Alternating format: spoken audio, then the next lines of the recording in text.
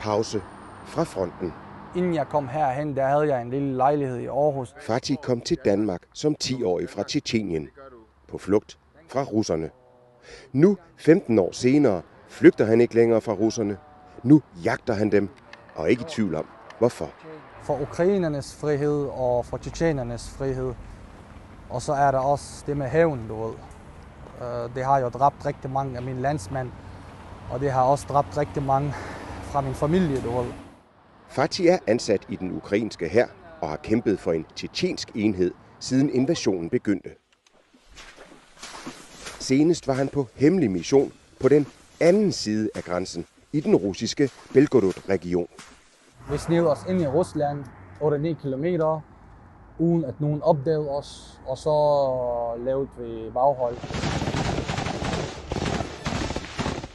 Her ses Fatih under angrebet, der dræbte 2 russiske soldater. Vi troede, den bil var fyldt med russere, du ved. Fordi der plejer at sidde rigtig mange russere bagved, men der var desværre kun 2.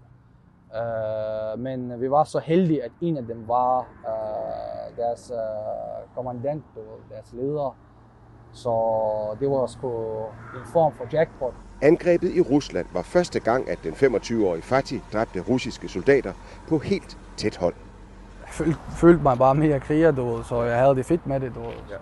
Ja. Jeg har sgu ikke ondt af dem, som vi har slået ihjel. Jeg ved godt, de også har familie og du ved, har et liv i Rusland, men det er selv udenom det jo. Siden Fatih kom til Ukraine, har han kæmpet i områder som Kherson, Kharkiv og Bakhmut.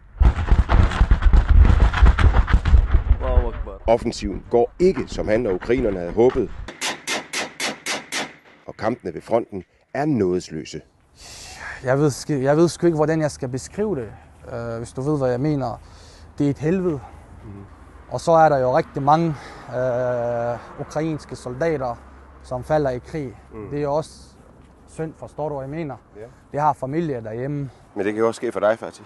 Jeg ved det godt, og altså, det har jeg jo skrevet under på. Altså, der er ikke nogen, der skal have ondt af mig, hvis jeg falder i krig, fordi jeg har selv valgt det her, og jeg ved godt, hvad prisen er. Jeg elsker det, jeg laver lige nu, og det er jeg stolt af, og det tror jeg også min far og min familie vil være, dem der er døde.